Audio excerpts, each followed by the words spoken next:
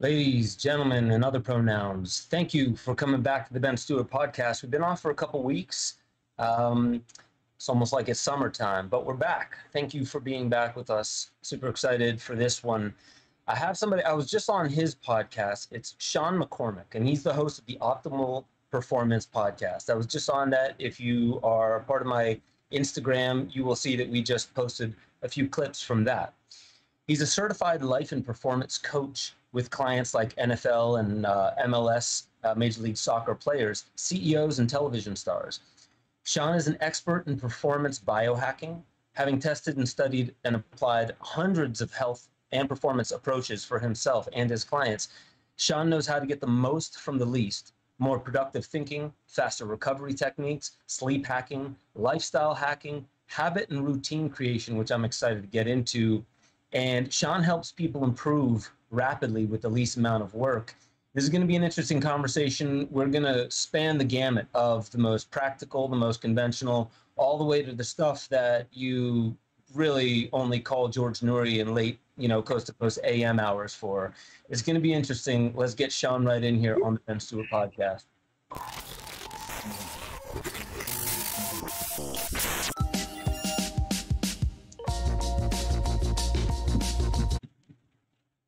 And we're back, my man. Sean, how you doing? Hey, you dropped the George Noory reference. I love that. I assumed you were like me in the fourth grade, staying up late, listening to George underneath the covers. Yeah, shaking the sheets, as they say. I only just heard that somebody was just telling me, like, shaking the sheets. I was like, it wasn't landing on me. And they were just like, jerking off. And I was like, oh, is that what that means?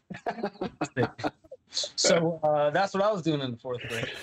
Nice. Coast to coast. No relation between George Noory and all that. But this is going to be a fun one, man. We got a lot of interesting things to get into. I really appreciate being on your podcast, the Optimal Performance Podcast. How's that been going, by the way? What episode are you on, and what launched you into wanting to have a podcast of your own? Yeah. So thank you. This is so cool to be here. I don't do lives like this very frequently.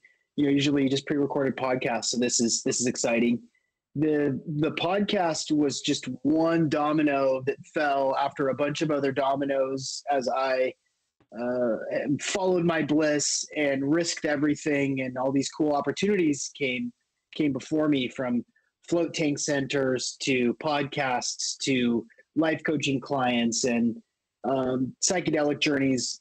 That's all part of this soup of the things that I do now that feed my family, which I feel really fortunate for. Yeah, the Optimal Performance Podcast is 390 episodes, 1.5 million downloads plus. I took over from the previous host at episode 153, so now we're at 390. 1 hour interview style, once a week, 52 weeks a year. To be able to have the opportunity to talk to Bruce Lipton, Dean Radin, Rob Wolf, Ben Joseph Stewart. Those are some of the guests there in reference. People at the cutting edge of health and fitness and personal development. I get like a little 101 college course once a week. And it's so fun. I get to learn so much. I'm insatiable. So it's as much fun as I hope people get as much value from it as I enjoy putting it on. That's cool, man. So you mentioned following your bliss. I often find that, people have to sacrifice something, a pattern or a part of their life in order to follow their bliss. Like there's something that, like, it's almost like an addiction. And, tell me if this doesn't apply to you, but like for me, following my bliss, there was this sacrifice of things that I found comfortable, like, oh, this is who I am, this is what I do. But to follow my bliss, that sounds hard. Strangely enough, it sounds hard. And I had to give up a few things and sacrifice. Does that resonate at all? Like, what was your life before podcasting, before you actually followed your bliss?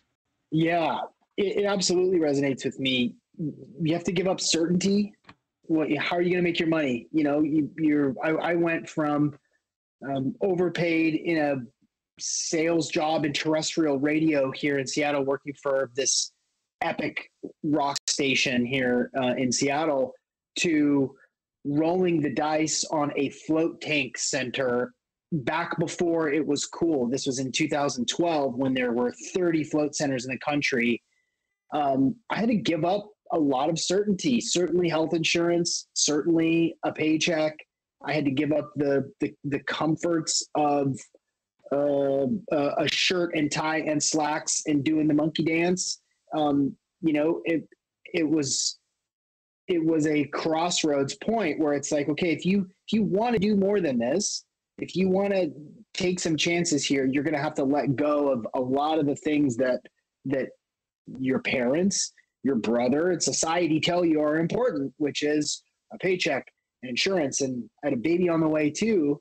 So certainly had to give up the certainty, and I had to give up my lifestyle, my friends, drinking buddies, Thursday, Friday, Saturday night in downtown Seattle, all year long was not conducive, was not going to help me build and create and explore and bring value to the world in the way that I wanted to. So I had to shift my lifestyle, had to shift my friend group a little bit. And you're right. I mean, that bliss can look like so many different things. For some folks, it's CrossFit. For some folks, it's crochet. For other people, it's just a total lifestyle change. So, I think it's different for everybody. Dude, I totally feel you. Maybe we talked about this on the podcast where you mentioned that you had a kid on the way, and that's when you quit your 9 to 5. I was working at Gaia and doing the 9 to 5 for a couple years, and I had twins on the way, and I decided to leave. That was an interesting period. It also didn't work out exactly the way I thought it would. Not as quickly as I thought it would right afterwards. Kind of this trip and fall, and you find yourself in the deepest, darkest hole that you've been in, and you're like, oh, I not only put myself here, I put my entire family here now. That was big. That was a big moment for me. Yeah. Just the fact that you got through that you still followed it. Was your wife down? She understood the reason why you needed to follow your bliss? She did. In fact, that when I first threw the idea out at her and said, and I remember this is like the genesis, one of several genesis stories for me. We were carpooling back from downtown Seattle, just north of the city. November. It's been gray for 8 months. Haven't seen the sun. It's dark at 4:00 in the car driving home together. And I just said, hey, is this all there is? And she's like, I hope not. I hope not. We toyed around previously about like opening a juice shop in Hawaii or teaching English in Thailand. And I said, what about opening a float tank center? And she goes, isn't that thing you did in that one dude's house in his basement? That was like 6 months ago. You want to open a float tank center with like a proper, like a wellness center? And I was like, yeah. And she's like, okay. And that was it. My whole life changed in that moment. That she was at a very minimum tolerant of the idea, was enough of a doorway to creep open for me to put all of my time and attention and a bunch of my money into it. And I think that my wife is very pragmatic. She's a Taurus. She's very black and white. She's a teetotaler. So, in that way, she's skeptical of my shenanigans, but she believed in me. And I think she was just down to ride, just to see what would happen if we just went ahead and did all this stuff. So yeah, I mean, she continues to put up with, or at least lean into some of the lifestyle choices and professional choices that I've made. Is your wife the same way? Yeah, man. So we had our daughter on Allura and then twins on the way. And my wife's mom, I actually filmed her, Marion Bone. She's in Psychedelica. She was there, and I really trust her kind of intuition as well. I sat them both down, and I was like, this is going to sound crazy, because I got kids on the way, and we're already, like we were doing all right because I was making a salary, but we're living in Boulder, which basically means that, like you make what would be a great salary anywhere else there would be like closer to minimum wage. And I was like, it's not Gaia, but it's the 9 to 5. And it's I got to do what I want to do somebody else's way. I don't think I could do this any longer. And in fact, I don't know if I want to do it another week or 2 more weeks. I don't know if I want to do any of it. Now, I just lost my sister and my brother, or my father. So I lost my sister to cancer. And a few weeks later, my dad noticed a lump in his throat. And just hearing that, not even knowing what it was, I just hit a brick wall. And I told my work, I was like, I need some time off. Like, I can't do this anymore. And that was my way of like not quitting right away. I just need some time off. But then I talked to my family, and my wife was, they were a little nervous, to be admitted, very honest. But my wife was like, if you don't do what you have to do, what you believe in, then I'm going to have to deal with you and how you are when you're not doing what you believe in. Which is awesome. So do what you believe in. And it really was. It was like, Ben, like, if you're going to do this, just commit, like, don't do this half-assed. Don't do it out of fucking commit.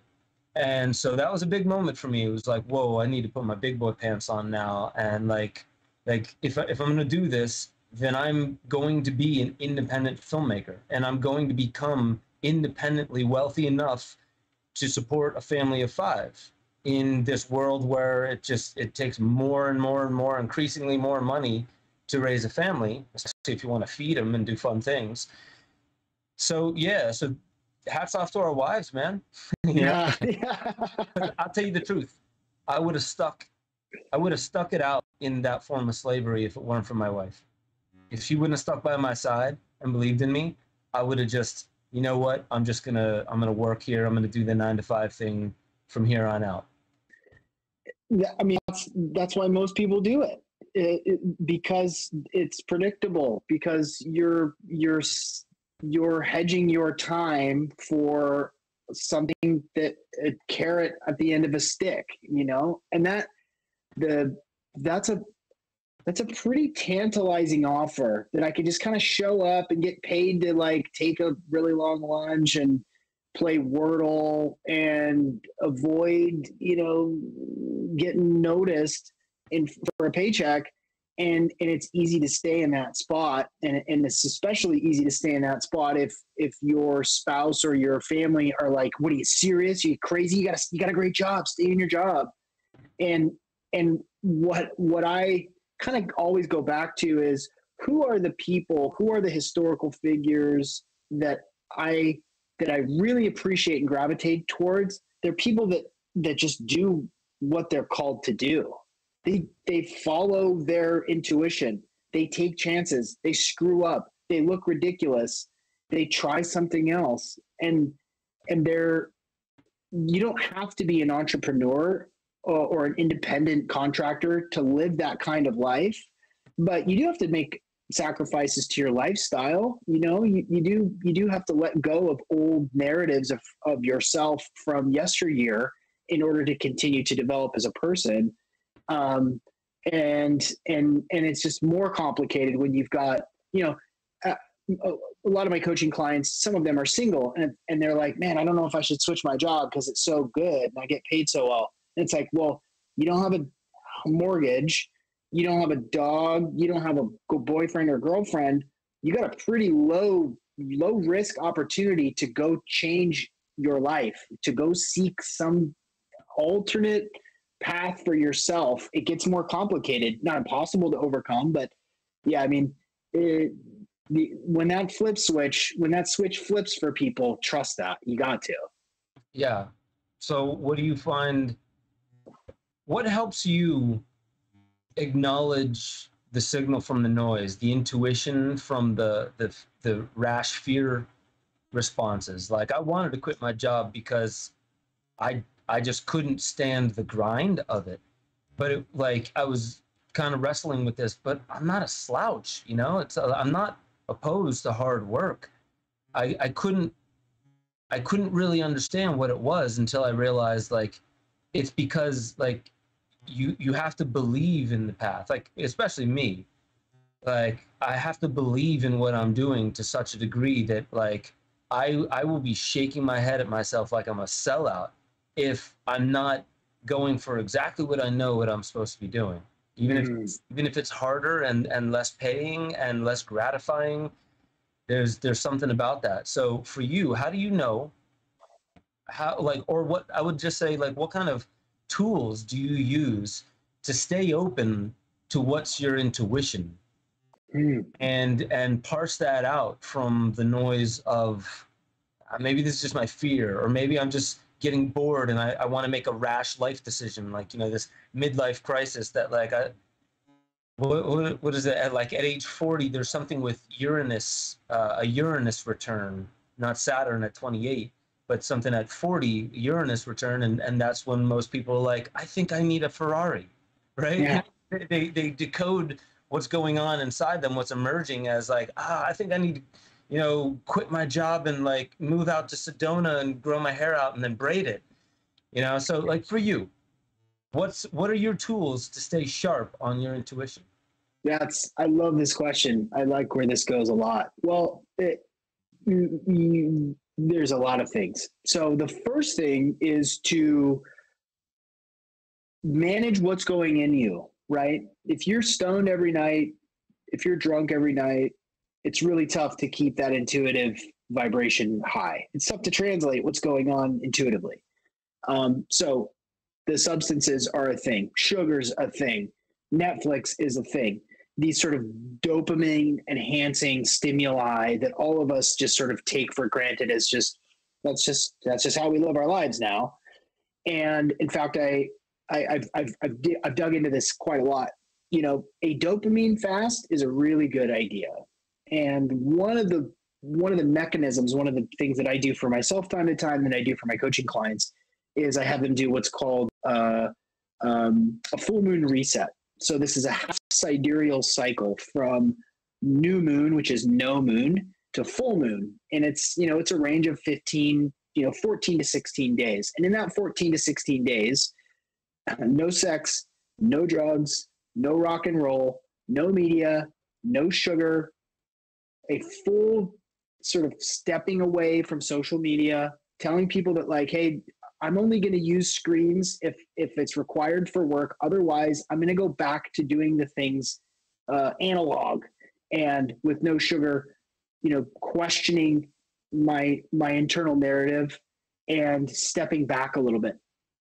This is sort of akin to like an ayahuasca sama, you know, a dieta going into either a full sama where you're dieting a master plant, or a preparation for your ceremony. You know, they do something similar in preparation for these plant medicine ceremonies. You know, no garlic, no pork, no red meat, no sex, no cannabis, these things to kind of purify yourself. So that you can do that same thing for yourself. And in this full moon reset from new moon to full moon, and just say, okay, well, instead of turning on Netflix or Pornhub, I'm going to play guitar. You know, I'm going to bake a cake and give it away. I'm going to go for long walks. When you distance yourself from those dopamine hits and you really sort of cleanse yourself, and there's obviously meaning with why full moon, why within that half sidereal cycle, that I'm sure you could probably speak to more than I could. But within that 2 weeks, you're going to learn a lot about yourself. You're going to feel like a kid again about day 4 or 5. Once you get past the sugar cravings, the sort of sugar crash that you have no sugar for 4 days. You're going to feel like shit for 3 of them. The 4th day, you're going to feel clear. you're going to find joy in these little things. You know, you're going to play Jenga with your family. You know, you're going to go back to reading a book, an actual book. These ways are things to get the frequency clear, so that whether your spirit guides and that's a whole nother thing. We could do a whole nother show on spirit guides and that work, connecting to masters and angels. That's part of the work that I do. But you got to turn the frequency up so that you're getting rid of all this stuff, so that the message can be clear, because it's distracted all the time. I'll let you go now, because I could just keep going on, but that's step one. Dude, I feel it, and I like the new moon to full moon. Interesting thing is, if it's just something that comes to me, that 21 days is the minimum amount of time. Let's see if I don't butcher this. The minimum amount of time to create a new pathway synaptically. So by changing a habit, 21 days is a way of creating a new pathway. 28 days is when you cement it, if you keep up with the new pattern. So maybe try the new moon to new moon as an extension. You know, the new moon to full is one part of it, and then because the full lunar cycle, the full sidereal cycle then would be 28 days, and there's got to be some connection between the lunar cycle and why this 21 to 28 days, that's when you cement the new pathway in. But I really like that. And honestly, like the fasting from dopamine hits is really interesting, because I like how you mentioned that this is from everything from like porn, sex, screen time. You know, like the interesting thing about screen time is, like, everyone's probably heard by now that the way social media works and the way push notifications work, it's like Pavlov's dog. It just, ding, you hear that, and it's like you almost salivate. But neurologically, it's a dopamine hit. Like, oh, something came my way. Someone was thinking about me. I'm in demand for a moment. There's something that I must do. I'm called. And it's very interesting. So what do you find with your clients? I kind of want to ask two questions, but I want to keep it real clear. Like, I think it's obvious what happens when we are too locked into the dopamine pathway. Is there's this feeling of debauchery, and like we're just kind of having too much of a good thing. But underneath there's this angst, like, it's not what I want. Feeling good all the time doesn't make me existentially feel fulfilled. So what are the telltale signs of somebody really needing one of these fasts? And on top of that, what are they going to have to face once they start fasting from it? Yeah, that's great context. You know, I'm reminded of that Alan Watts lecture where he's like, imagine you can have everything that you want. You know, you go to a feast, you have sex with everyone that you've ever wanted. And it's like, it eventually would go on feeling quite empty, wouldn't it? And sort of like, yeah, there's a point at which there's just too much, and it gets empty feeling. And it's like chasing the dragon for how long? You know, you and I both know people that have been chasing the dragon since they were 18 years old. You know, this buzz, that hit, this thrill. So I would say that if you've hired a life coach, if we're talking in a professional way, chances are you're probably due for a reset and a perspective shift. So that's sort of baked in. What I would say is if you can't remember the last time that you feel at peace, like really truly at peace, if it's been a long time since you felt that, then you probably should do one of these.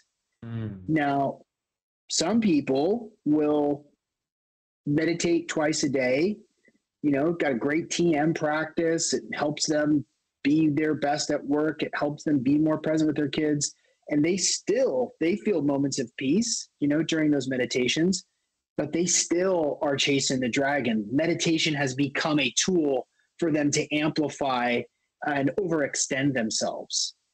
And so I'm sure that people like that too. It's just like meditation is no longer a practice, but it just becomes a crutch, a tool for the amplification of all this other stuff. Yeah, you go ahead. Well, so like what's interesting about this is like I feel, and you've gotten into biohacking. I know you've gone deep down that rabbit hole. You probably find it more often than not, in the same way that, for ayahuasca, you're not just going to find a bunch of enlightened people. You're going to find a bunch of broken people there as well. And with biohacking, it's not just a bunch of ripped, shredded Ben Greenfields, right? Like you're also finding people that are doing exactly what you said. Like, and I will admit, I am one that all of my tips and tricks and my biohacking, my sleep hacking, my diet, my meditation, my ways of staying centered, in many ways, it's also a way to avoid some of the nuanced things that would make my life easier. Like, to get around the fact that I do eat later in the evening and I feel inflamed in the morning, I do an ice bath in the morning, just about every single morning. Or I put like ice on my neck, and that's a great way to wake up. And like, I'll use plants, I'll use caffeine, I'll use different things like this. And in many ways, I'm just like, yeah, I'm an alchemist. I know how to like tweak and modulate. And then at some point it is like, is this like a drug addiction, but with not just one drug? It's just like, I use every tool at my disposal to tweak and modify and modulate what's going on inside me. So this thing that's rising up, I can always like, no, I got something more important to do. And something wants to emerge, and I'll, nope. Like that's, so in biohacking, I guess this would be my question. Have you noticed that as well, that this field in general, that it attracts some of the most brilliant minds, and it also is a hotbed for some of the more intellectual traps we can find ourselves in? Absolutely. This is such a great point. Yeah, for sure. If you're constantly turning to this hack or the, I'm guilty as well. You sound like you're describing my morning. There's some stuff behind me. I've got neurostimulation, crystal bowls, CBD, blood flow restriction. I got so many things. And yes, I am trying to tune in to that sort of optimal level of performance. And where this goes is when you're constantly tuning in to, okay, now it's time to be present with my kids. So maybe it's serotonin brain food for Natural Stacks. Okay, now it's time to go for a run. All right, I'm going to do hydrogen-rich water and niacin and cordyceps, and I'm going to go for this run. And then I want to aid in my digestion, so I'm going to do Ion Gut from Zach Bush to help me digest. And it's maddening because there's so many different things you can do. So where I go with that, within this context of just hacking and tweaking 1,000 different things throughout the day, is the uniting thing downstream from all of that is a deeper spiritual experience, deeper meaning, deeper peace. What's this all for, right? What's it all for? What's all this biohacking for? Is it to have a six-pack? Is it to live to 150? Is it to, be an incredible content creator and inspire millions? Maybe all of that stuff is included, and that's great. That's phenomenal. We should work hard and be our best. But downstream of that, as the doing sort of runs out, downstream from that is this being, is this connection to the divine. This is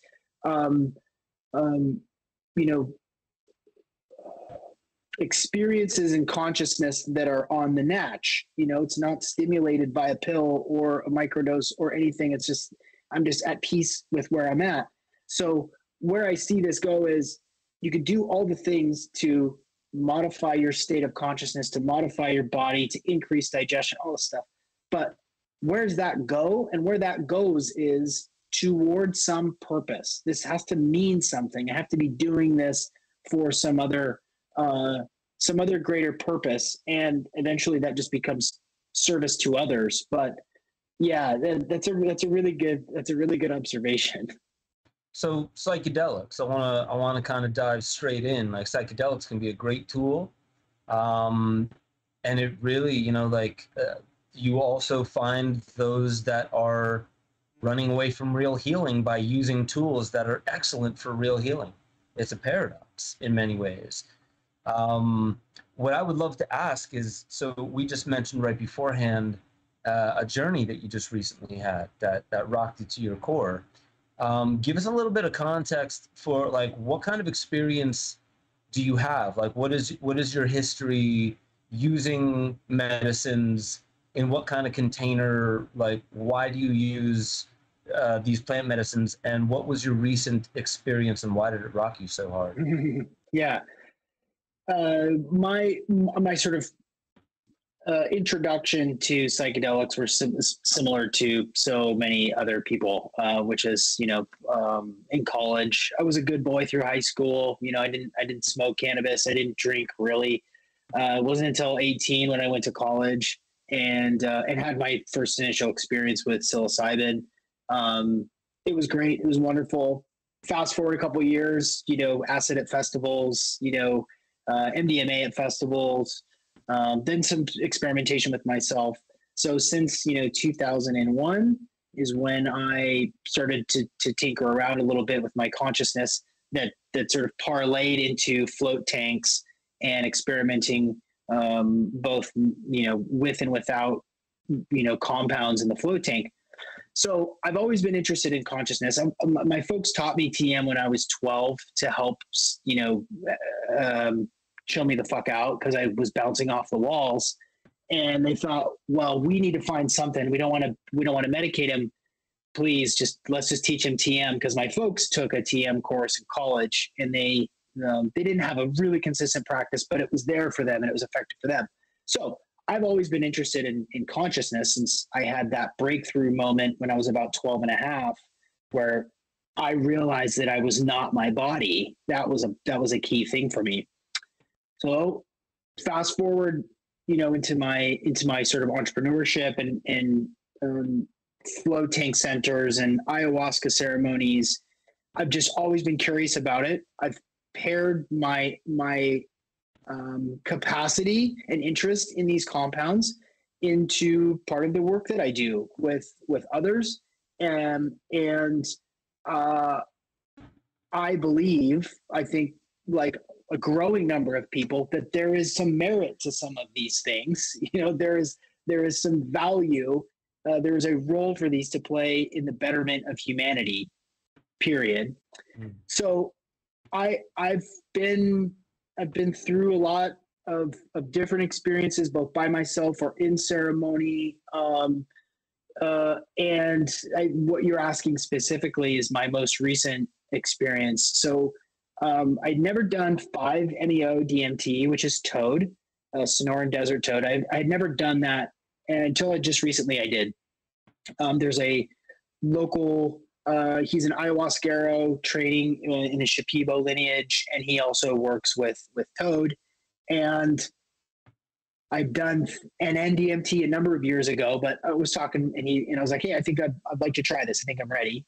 And what I typically do with entheogens is I'll close my eyes and I'll just go in. I'll just go inside like a meditation or like a flow tank session. I'll just close my eyes and just sort of go inside.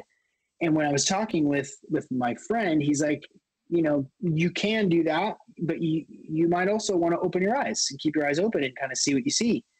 I'm like, okay. So we're out on sitting together, and I take the first hit and I start to get like the a little whisper of the experience, and get the whoa, whoa, whoa, whoa happening in your ears. Like, okay. And then another hit, and then the third hit, and then eyes open, and I am like in incorporated into this cedar forest. There's lots of cedars up here in the Northwest. So I'm like a part of it. My body is no longer a part of my body, even though my eyes are open. I am part of the landscape now. I'm integrating with the trees. I'm integrating with the bird sounds, and it felt comfortable and scary, but also familiar. Like I'd been here before. Like, okay, this is what happens when it's my turn to go.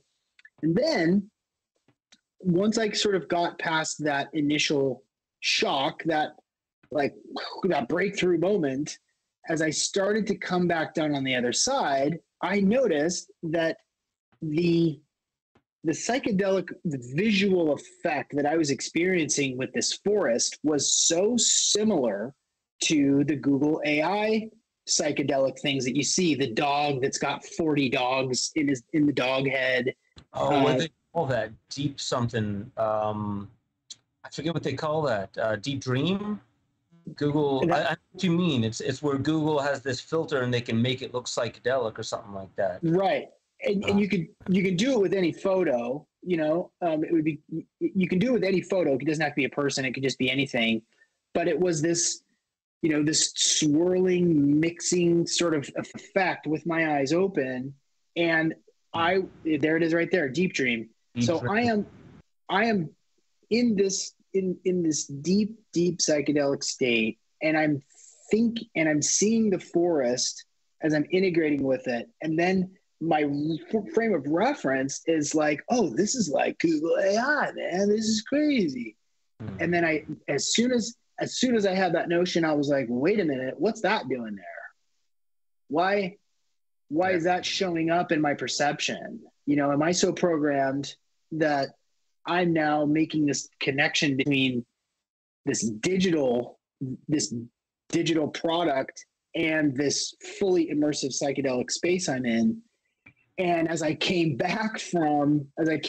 fully back into my body and integrated, it was just it was fleeting, right? But it was a little worrisome. And I said, hey,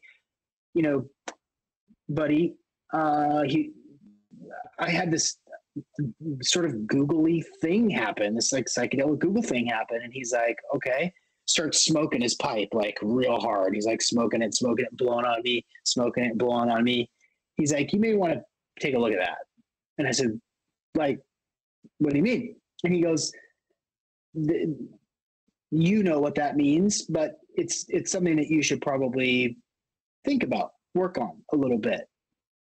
And I know what that means. I know that there is some work for me that I need to do on myself in order to figure out what that thing is, why those sort of cross-pollinated a little bit. So I do, back to my spiritual practice, but I was not expecting that. I was not expecting to get that sort of effect from my first dance with Toad. Where are you at with that now? What have you made sense of? Yeah. So I have come to understand that it is nothing to be alarmed about. That I am not infiltrated by the beast, or that the AI has jumped out of the box and into my brain. I have come to understand that because my trips are very, very visual, like really vivid visually, they always have been. And I'm a visual learner. And in that moment, I was eyes open, and I usually close my eyes. I was just grasping at connections to be made. Whoa, what does that look like? What does that look like? This isn't like LSD. This is something different. What does this look like? Down the file cabinets of my mind to pull some file out and say, I'm even using, computer processing terms. Right. I did a lot of work on it right after. I talked to my guides, I meditated on it, and thought, is this something serious? And it was like, no, this is not something serious. This is just a frame of reference that you had, and you don't usually do that type of work with your eyes open. You were just trying to make connections. It's all good. That's interesting. Let's get a little bit weirder. We talked a little bit beforehand, some UFO experiences, and even deeper down the rabbit hole. let's hop in. So, like, give us a little time frame. This UFO experience. Have you had an experience like this before? When was it? And also, what do you make of it? Yeah. People are going to be like, dude, who is this guy, man? He's all over the place. People that come to this podcast will at least hear you out. They'll You're hear right. This was the one and only UFO experience I'd ever had. And don't worry, I recorded it with MUFON. I was by myself in my studio apartment in downtown Seattle in 2007. And my wife and her sister were on a cruise. So I was there by myself. They were gone for 2 weeks. I poured myself a glass of wine, walked out onto the back balcony on the studio apartment that had, a tree in front of it. Hadn't smoked anything, no cannabis, no nothing, like totally sober, wine glass in my hand. And all of a sudden I look up at the sky and it looked as though this star was just a little brighter and a little bigger than it should have been. It was like bigger than Saturn, wasn't the moon. So I just kept my eye on it, and it wasn't a really clear night. It was fairly cloudy. So I see this thing and I'm like, well, that's so strange. And then all of a sudden I look up over to my left and I see this thing moving across the sky from my left side across to my right side. And I watched it for, I don't know, probably 2 minutes as it crossed the horizon. And I thought, well, that's really strange. That's not an airplane. That must be it's not a star. I don't know what the heck that is, but that's really strange. And it just kind of like kept at this constant rate of speed and then went to a place where I couldn't see it. So I watched that thing. And then my eyes went back to the other thing that I saw. And I began to watch it. And I tried to take a picture with my phone. I think I had a BlackBerry or something. Like, you can't take pictures then. I keep watching it, and all of a sudden, it gets 10x in size. It gets humongous, right? It goes from this star to this really big star, and then red, green, and blue lights start spinning around it. So now it's rotating, and I'm like, how do I confirm this? How do I call? Like, I turn the TV on behind me to see, like, is this making it on the television? This is two bananas. I keep watching it, and then it gets bigger and smaller, starts flashing and spinning, and then it starts to make these what look like hieroglyphs, like Sumerian, these like big swirly movements, and then jig, jig, jig, and then it would go boop, boop, boop, boop, boop, boop, boop, and then swirl around. It would get bigger and then smaller and then bigger and then smaller and spin and make all these what would look like symbols and I watched it for probably 10 minutes is how long I sat and watched this thing. And immediately like jumped online and found the UFO reporting hotline, called them up and said, hey, they're like, UFO reporting hotline. What's your name? It's Sean McCormick. Where do you live? Seattle, Washington. Tell us what you saw. And I was actually a little struck by by this woman because she was like, yeah, go ahead, tell us go ahead. We'll transfer you to George Noory now. You're right. Yeah. No big deal, sweetie. So I'm like, this is what I saw. She goes, okay, I'm going to transfer you now. And I go, whoa. She's like, hold, please. And then I hold. I'm like, well, what's going on? And then this other guy picks up and he's like, hello, my name is Simon and I'm from the UFO reporting hotline. And, please tell me what you thought. I believe I know what you saw based on what you told the first person. And I was like, really? So somebody else called. And he goes, well, tell me again. So I explained to him, I saw the thing. And then I saw this other thing move across the horizon. And then I went back to it. And he goes, based on where you're standing and where you were looking in the sky at that exact same minute, I believe that you saw the International Space Station cross the horizon.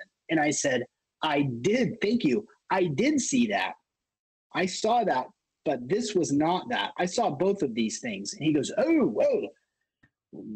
Tell me more. Tell me. And I told him and I explained the whole thing, similarly to this. And he goes, well, I don't have an explanation for this. Sounds like you've witnessed some sort of unexplainable aerial phenomenon. Please go ahead to MUFON and log it digitally on the internet. Goodbye. And they click. And I was like, and I'll go fuck myself. I don't have the right. Yeah. He wasn't trying to give me an answer. Damn. You know, so for one, I'm kind of mystified by this hotline too. Yeah. So it's interesting because like I don't even know if I've ever told this story to an audience. I know I've told friends about this. I'm not even one that I could say that like, oh, I've seen UFOs, except for the fact that there are unexplainable things that I've seen.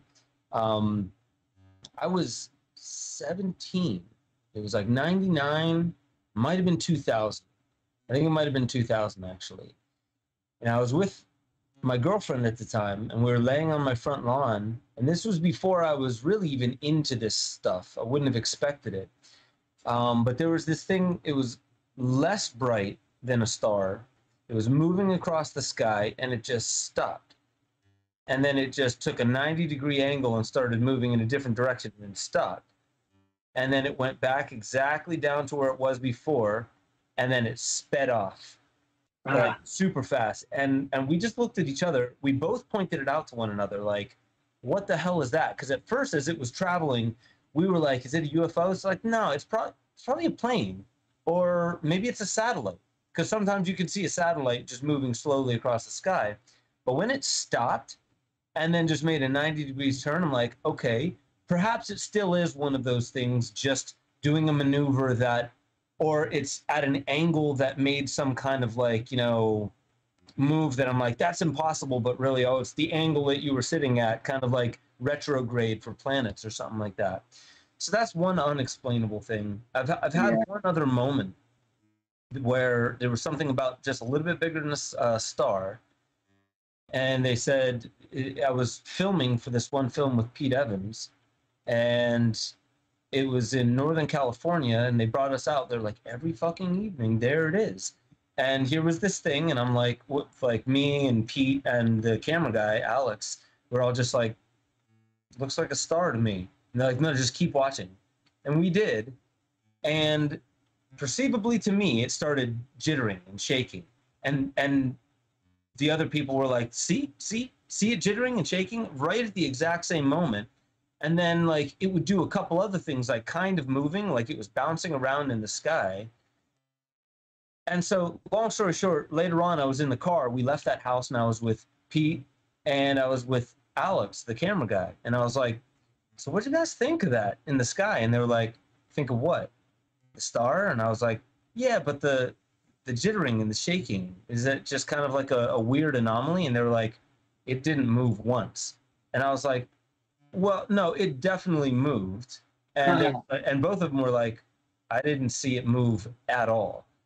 And to me, I thought back to, well, then how did I see it move at the exact same time these other cats did? Because if they were somehow controlling it, like, you know, somehow doing a fake on me, they'd be like, yeah, you see that? Then they would have been like, yeah, I saw it move, but I think they were just fucking with you. But they were like, I didn't see it move at all. And I'm like, I definitely did. And I was like, okay, now I don't know what to make of that. So those UFO moments that I have, but like, I can't make heads or tails of what that is. I would love to know, like, what do you make of this phenomenon? Not just yours, but how do you place it into a larger conversation of, what is it? AIPs or AUPs or what is it? UAPs. UAPs. Yeah. Unidentified aerial phenomena now. Yeah, and there's unidentified liquid phenomena or oceanic phenomena, right? Isn't there USO, submerged objects? Yeah, that's the new terrain, because they think 90% of the ocean's unexplored, so it's this big new, possibility. That's Gordo's territory. Yeah. I think, we should definitely get back to Sean, but like, do you, just because we shared ours, like, show us yours? What story do you have? For me, I have two. I mean, I had one in LA when I was at a stoplight and I was with two people in the back seat, and kind of similar. It was a green. It was a green looking. Look, at first I thought it was a LAX right there, so I thought it was a plane, but it was a green spherical just orb very high up, and I'm debating if it's a plane. It's not. There's no red light, and it just slowly, kind of similar to you, Sean. It slowly started moving, and it's green, which is obviously weird, and then it just immediately just starts taking off at this pace that's just unexplainable, just extremely fast to what we would consider like instantaneous velocity. And that one was kind of just like, okay, and I'm in the car having this audible like reaction to it, and the people are like, what's going on? I'm like, I think I just saw something.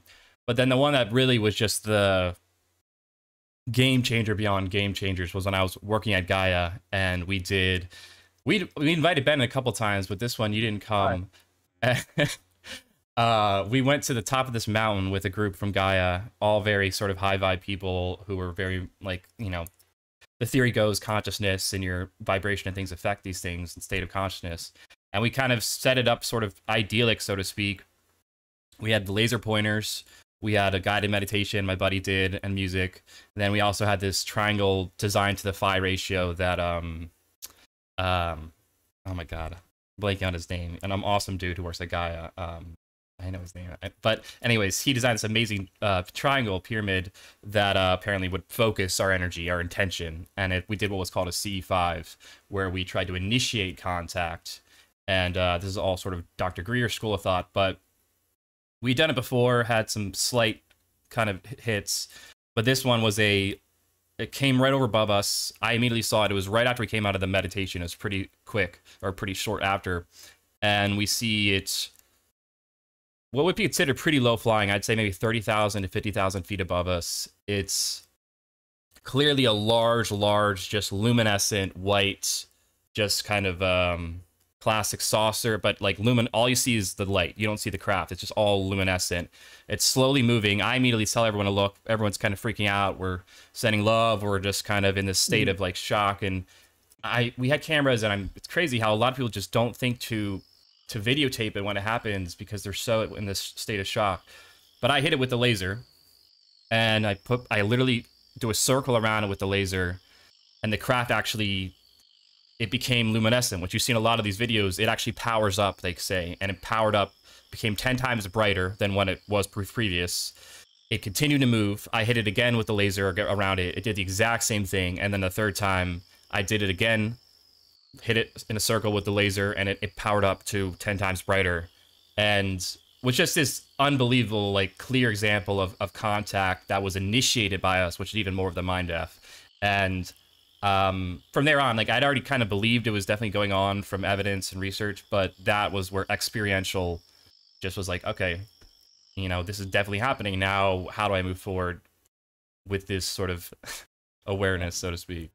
Yeah. It's so wild how it makes me wonder that experience that I was talking about, where two of the individuals didn't see it, if we're literally, we see reality differently based upon they talk about this. Yeah. What you expect. Yeah. And I wanna dive back into Sean. You said you had a Bigfoot experience. Yeah. I would love to hear about that, because like, now I've been through Northern California where they believe. I mean, redwoods. Oh, yeah. NorCal is not, it's not San Fran. That's half Cal. NorCal is up in the redwoods, 4 hours north of there. They have all these statues of Bigfoot. And I will say that I absolutely know that the way we look at reality helps us see things that are there, or intentionally, even subconsciously, not see things that are definitely there. And I was just watching this thing from Dennis McKenna in McKenna Academy. He's got this Don Ruiz he's like 76-year-old ayahuasquero, but he's also a botanist. He remembers 10,000 plants in his head. And he says that science came from magic, and magic is real. But what science did was, let's say just in medicine, it took the plants and it disconnected it from the world that it was living in, from the context. It hyper amplified it, and now it's made just to affect you, but it's not to plug you into nature anymore. It's meant just to affect the way that you perceive. And so for me, he's saying that magic, and by the way, Sasquatch and Bigfoot is also a Native American lore. giants, sky people. This is all Native American lore, and it comes from all these ancients that were like, oh, they're just so primitive and they just saw things in their head. And it's just like, okay, but if they're all seeing the same thing, and there's a ton of stories of the same exact thing, maybe it didn't even disappear. Maybe we just became so scientific and intellectual and civilized that we literally don't see it again. Our subconscious does, but like the doors of perception just filter all that out so we can have a civilized, coagulated, or what do you call it, a conventional group experience. And the outliers or the tallest poppies are just cut off and it's removed. I'll say this one thing. I'll say this one thing before I throw it to you.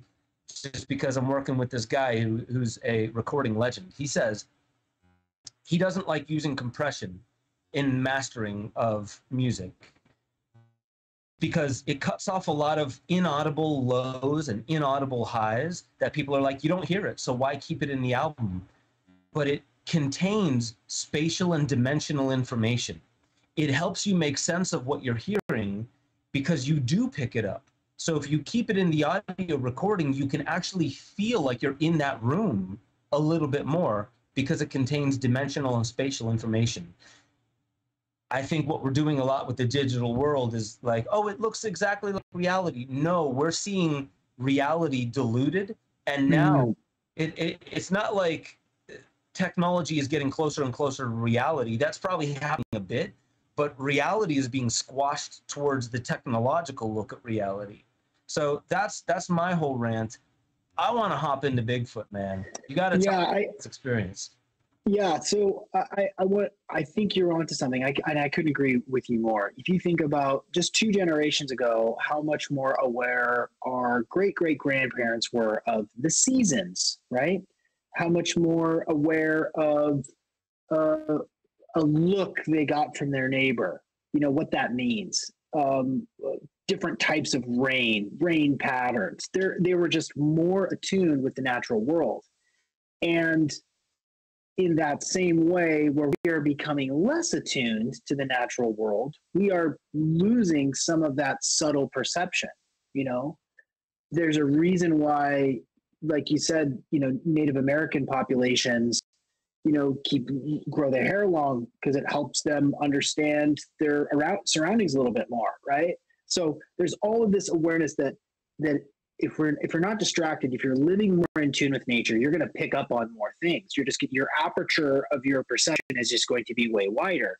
I think that through meditation, psychedelics, float tanks, ecstatic dance, hiking, biking, stargazing, we become more attuned to nature. And I think that it allows our subtle perceptions to open up to the world around us and the world inside of us. These realms inside of our consciousness where we can connect with, again, spirit guides, ascended masters, these collaborations with potential spirit animals. Like, all of that is very real, very doable. We're just busy watching, Tim Dillon on Netflix because it just came out yesterday. I like Tim Dillon, but if you spend too much time distracted from what's going on inside of you and what's going on in your environment, you're going to miss out on that perception. Now, that stuff takes work. It takes time to develop. I could, point people towards books and teachers and spiritual teachers of mine that have helped me develop my intuition so that I can, perceive when Saint Germain is present in the room or when one of my guides, has something for me to share. The connection here is, I'm open to whatever sort of strangeness you got, right? If it's gray aliens in the float tank saying hi, if it's another experience is driving through Mount Shasta, driving through what I believe to be was a Pleiadian, happened to me. The Sasquatch thing, I think, is similar. If you are still enough, quiet enough, attuned to what's going on around you, and you come with a certain sort of energy, then you're probably more likely to notice some of this stuff. So it was me and my buddy. We were out in the Hoh rainforest, H-O-H rainforest, out on the most extreme northwest tip of the United States, up in the tippy top in the Northwest. And the most, some of the most incredible Sasquatch footage comes from this area. The Patterson Gimlin footage, which is of the female Sasquatch that's walking away, like that's stabilized. I don't know if it was in the Hoh rainforest, but it was in the Pacific Northwest. So you go out to the Hoh rainforest and it's on the beach. So you can be on the beach, and then behind you is just hundreds of miles, hundreds of square acres of temperate rainforest. And my buddy and I were backpacking, and we did a 2-night, and all of a sudden, I think we brought some whiskey and some weed, maybe some psilocybin with us. We were certainly not hallucinating at the time. The sun was setting. We're looking out into the sunset, and all of a sudden we hear what could only be described as a gigantic branch smashing into the trunk of a tree. It sounded like a 4-inch branch that someone was smashing into the trunk of a cedar tree. How far? It was probably 60, 70 feet away. Okay. Clear as day, over knock, over and over and over. At this point, we're like, what's a possible explanation for a branch smashing into a tree over and over and over? Like, it's either somebody out there screwing with us, which is possible, very possible. Beyond that, I can't really think of another explainable situation where there would be a branch smashing into a tree trunk. So we stood up and turned our flashlights on and kind of looked back in there, and it stopped for a minute. And then we went back and kind of sat back down. And then we hear this something's moving back there. I don't think that there are bear in that area. There might be some brown bear in the Hoh rainforest, but it sort of came toward us and then stopped. By now we're losing it, absolutely losing it. Like, we got to pack up our shit and go. We're not welcome here. Like, we need to go. So we're putting sleeping bags back in, and then all of a sudden we hear this, and it took off. It was gone. And this was probably 10:30, maybe 11 o'clock at night, and we had a real hard think about whether or not we wanted to pack out and pack up all of our stuff and go in the middle of the night through the rainforest after having just heard all of this stuff. Or do we just pull our knives out, sleep with our backs to the water, just in case something comes back out? So didn't see a figure or anything like that. Didn't have any sort of experience, but there was definitely something smashing tree branches into tree trunks. And the impression what I got is there was something, it was something big and strong that wasn't that stoked for us being there, but that was... That's the Sasquatch story. I want to see one, man. Me too. When it comes to, it's funny, and this is definitely part of my bias, but there are some, theories like this that I'll just be like, nah, it just sounds hokey, Loch Ness Monster, that kind of stuff. And then I'm like, oh, the Native Americans believed it? Okay, yeah, I'm down. I'm in. Right, right. Then I all of a sudden start believing it. So you could even, that's a good way I'm telling people how to trick me, is just come up with some ancient, Native American prophecy and I'd be like, oh, word? Okay. Yeah, I'm in. It is interesting, though, how, sometimes there's this, do I want to believe this? Is it because I want to believe it? Am I adding in information to make myself believe it? Or is that helping me stay open for what is, but I'm normally blind to it? Because I think that we're blind to a lot of reality. Is that Aldous Huxley said the doors of perception, that psychedelics will open it. There's so many things that open it. And in fact, I think just snapping out of baseline consciousness. So if you've been doing weed every single day for 15 years and you stop for a couple months, that snaps you out of baseline consciousness because you don't have that input anymore. And like even a dopamine fast, those types of things. Like, was fasting in general. You stop taking food, you can hallucinate. You can have an altered state of mind.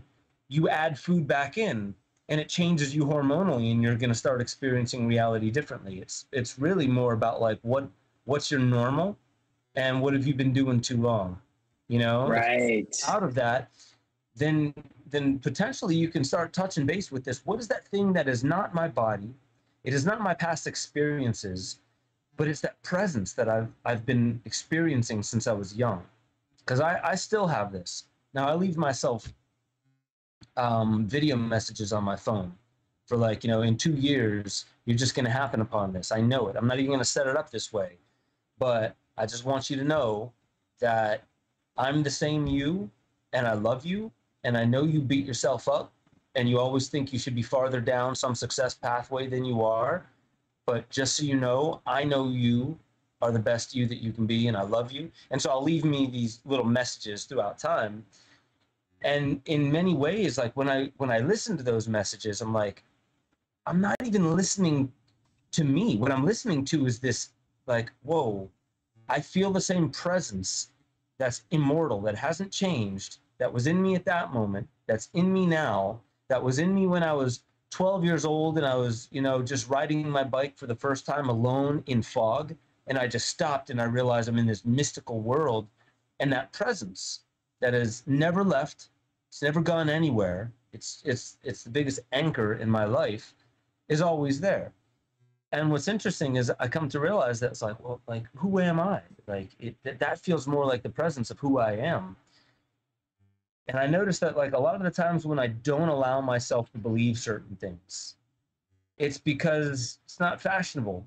It's not hip yet. I haven't found a way to like, yeah, but, I don't look good in those bell bottoms. You know what I mean? It's like that theory.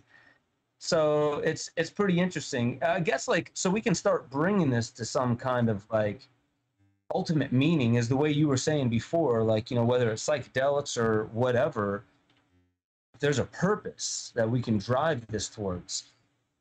What do you feel for the audience that's listening that may even, be interested in like, well, I got to do a dopamine fast. I gotta check in with Sean to see like, how do I break out of this rut? I'm hearing a lot of people say that, like, I'm in a rut and I don't know what it is, or I'm feeling furious and I don't know why. I don't even know why, but I'm just angry. And I'm sure there's probably a lot of like, dude, check in with your diet. You know what I mean? Like, because you may not realize it, but you could be allergic to something, or there could be mold. And you could do every biohacking tip under the sun, but you got mold underneath your bed or something like that. Environmental for sure. But for you, when somebody wants to, like, let's say, explore the outer limits, or when somebody wants to heal from trauma from the past, where is your center, your central point where you tune in with, okay, this person is feeling called in this direction, or this person is feeling stuck in this point? How do you check in with yourself so you're not just pandering to the client, you're not just telling them something eloquent that's like, oh, well, I heard Terence McKenna say this once, so let me just regurgitate that. How do you check in with yourself to make sure that you're not just pandering to what they want to hear, you're even telling them, I think what I'm hearing is a little bit of intellectual bullshit. Like, I think you're fooling yourself. What you really need is not ayahuasca or more of this. I think you need to have a real open conversation with your wife, or something along those lines. How do you check in with you to make sure you're the best you for people who are coming to you with problems that are out of left field, right field, center field, all that? I love that question. That is such an important thing for all coaches to do, is to face their own preconceived notions, their styles, their experiences. Because if you're not, and here's the answer, if you're not constantly challenging your own assumptions and narratives, then you're reading a script. If you're not constantly doing work on yourself to become more attuned, to become more present, to become more aware, you're doing yourself and the people that you're working with a disservice. I mean, this is teachers, this is bosses, CEOs, this is mothers and fathers. If you're not constantly working on bettering yourself, wiping off the lens of your perception so that it's more clear and honest and truthful, then you're not fit to do the work. So that's where I'll start with that. The other idea is that everything should be challenged. Everything. The language that a person is using, the way that you're hearing it, your snap judgments, as good as your boss is, your teacher is, your life coach is, they're going to get intuition, right? They're going to kind of feel like, oh, okay, I see the trend here. I think I know what's going on. Immediately you have to challenge that, because what will happen is through that emotional rigor, that linguistic rigor, that spiritual rigor around, is this true? Does this make sense? Does this hold up? Is this a story we're telling each other? Inspecting that very, very closely, holding it up to the light, turning it sideways, rotating it back this way. So you're like, oh, there's something back there that I'm bringing into this that doesn't belong here.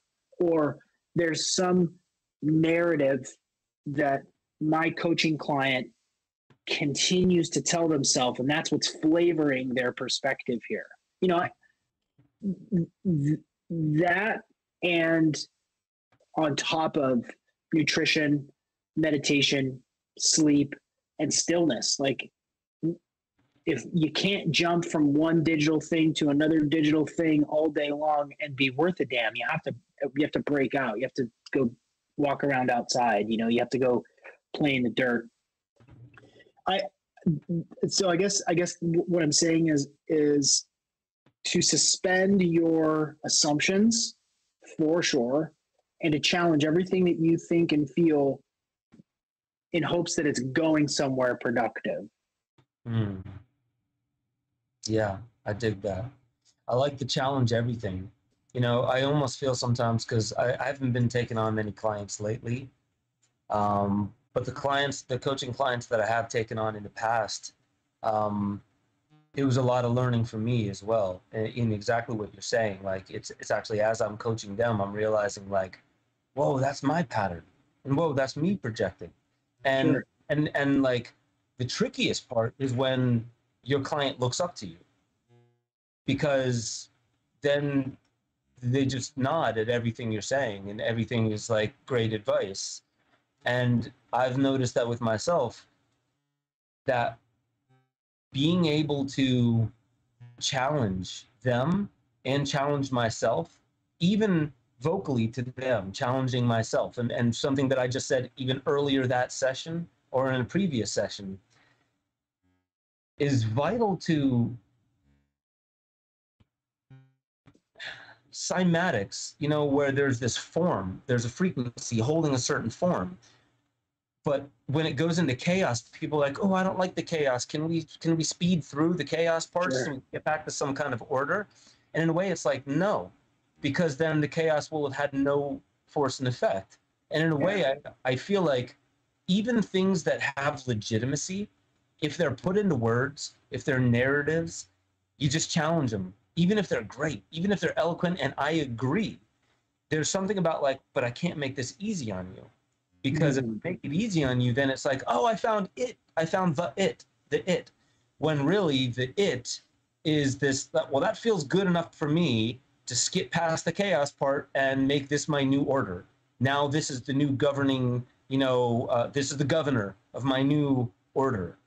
And in a way, I found that very fascinating for me, was like, I just have to keep not being a thorn in their side, but really helping them realize that, listen, like, I know you want this to be easy. And there are easy ways of going through this. But when something's got to be hard, it's just got to be hard.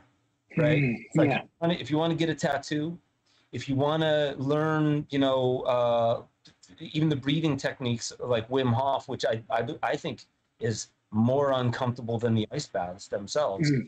I find that it's just like, surrender to the fact that it's going to be messy. Surrender to the fact that it's going to be hard. Because if you're looking for ease, like, oh, I just want the benefit from it. It's just like, well, how many fucking quotes do you need to hear that, like, Yeah.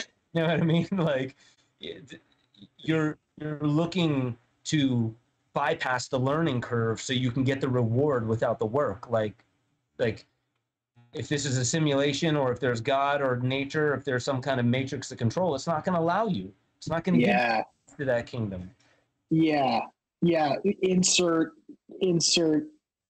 You know, growth happens at the end of your comfort zone. Cliches. Yeah. You're totally right about that. It's true. It is true. You have to struggle. You know, able to struggle a little bit, to be uncomfortable, to suffer a little bit, because that's formative.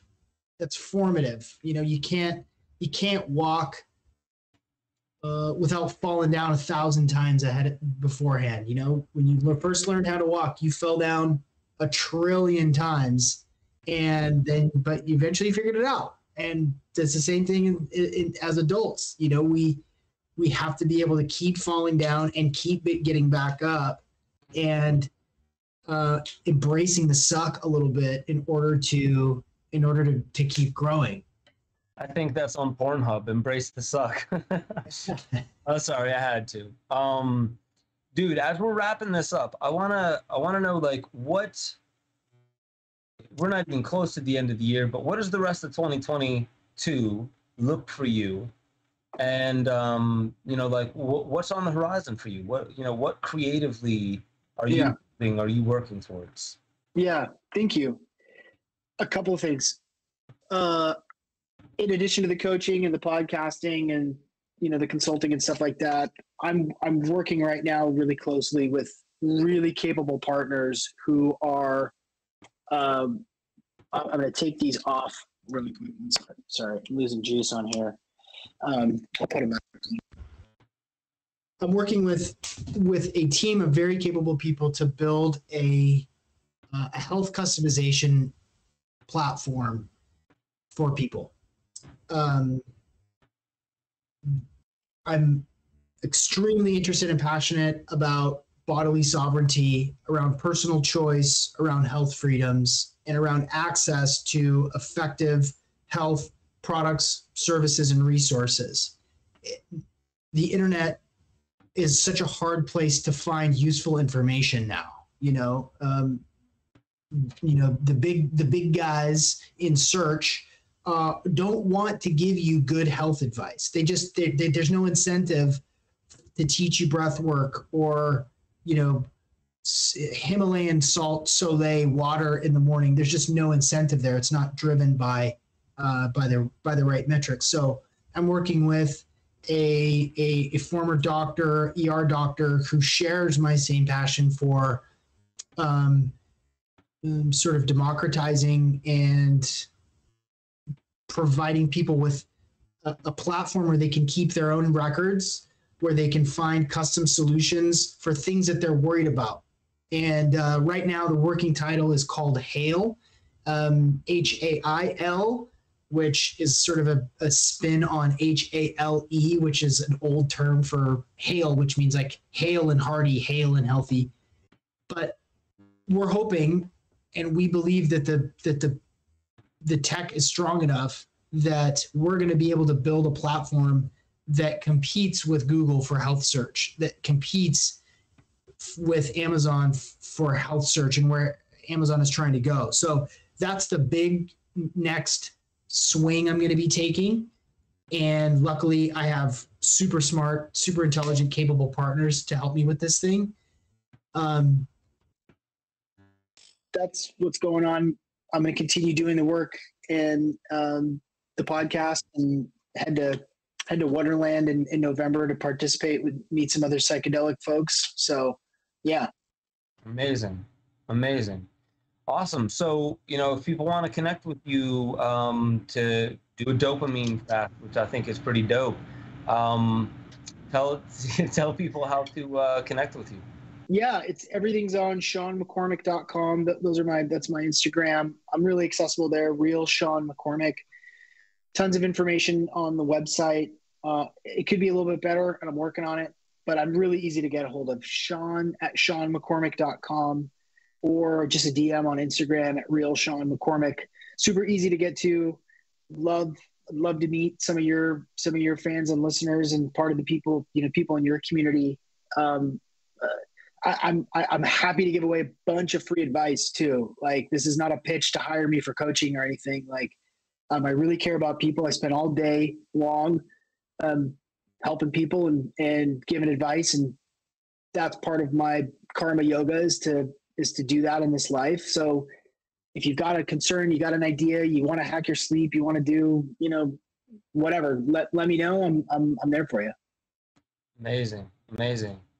Dude, Sean, what a fucking deep dive. What did we talk about?